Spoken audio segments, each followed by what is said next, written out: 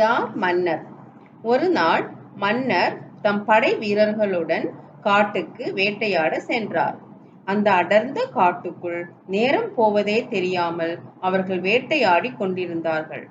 மாலை மங்கி இருள் கவ்வத் தொடங்கியது. மன்னர் தம் படை வீரர்களை வந்த வழியே திரும்ப சொன்னார். அவர்களை மீண்டும் சந்திப்பதாக கூறிவிட்டு அவர் மட்டும் தம் குதிரையை மறுபக்கமாக செலுத்தி வேறு வழியாக செல்லத் தொடங்கினார். அந்த காட்டினுள் புகுந்து மறுபக்கமிருந்த சாலையை அடைந்த மன்னர் அங்கே ஒரு சிறுவன் நிற்பதை பார்த்தார். அவன் ஆவலோடு சாலையையே நோக்கியபடி நின்று கொண்டிருந்தது மன்னரின் கவனத்தை ஈர்த்தது. அவர் அவனை அணுகி, தம்பி, உன் தந்தைக்காக காத்திருக்கிறாயா என்று கேட்டார். அதற்கு அந்த சிறுவன், இல்லை ஐயா, நான் நம் நாட்டு மன்னருக்காக காத்திருக்கிறேன். அவர் இந்த காட்டில் தம் படை வீரர்களுடன் வேட்டையாடி கொண்டிருப்பதாக சொன்னார்கள்.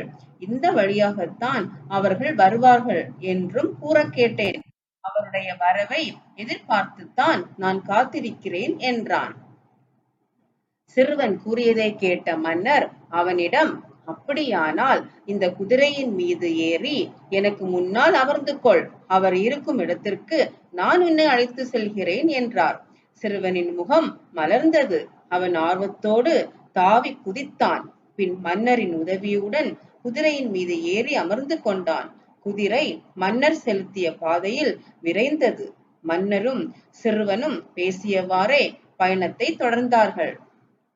பேச்சின் நடுவே சிறுவன் மன்னரிடம், எந்நேரமும் மன்னரை சுற்றி பல பேர் இருப்பார்கள் என்று கூறுகிறார்களே, அப்படியானால் நீங்கள் செல்லும் இடத்தை அடைந்த பின்னர் மன்னர் யார் என்று நான் எப்படி அறிந்து கொள்வது என்று கேட்டான்.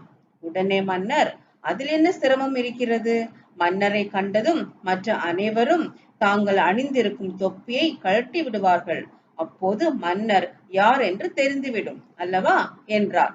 அப்படி என்றால் தொப்பி அணிந்திருப்பவர் தான் மன்னரா என்று கேட்டான் சிறுவன். நிச்சயமாக என்றார் மன்னர். பேசிக்கொண்டே அவர்கள் படை வீரர்கள் காத்திருந்த இடத்திற்கு வந்து சேர்ந்தார்கள். சிறுவனை வியப்புடன் நோக்கிய வீரர்கள் மன்னருக்கு மரியாதை தெரிவிக்கும் வகையில் தங்கள் தலையில் இருந்த தொப்பியை கழற்றி கையில் பிடித்துக் கொண்டார்கள். மன்னர் பெருமிதத்துடன் சிறுவனை பார்த்தார். அவர் அவனிடம், தம்பி, இப்போது சொல், இங்கே இருப்பவர்களில் யார் மன்னர் என்று கேட்டார். சிறுவன் சுற்றி இருந்தவர்களை நோட்டமிட்டபடியே, ஐயா, நம் இருவரின் தலையில் மட்டும்தான் தொப்பி இருக்கிறது. அதனால் நம் இருவரில் யாராவது ஒருவர் தான் மன்னராக இருக்க வேண்டும் என்றான்.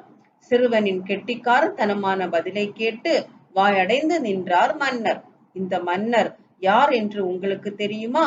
இவர்தான் பிரான்ஸ் நாட்டை ஆண்ட 4வது ஹென்றி ஆவார்.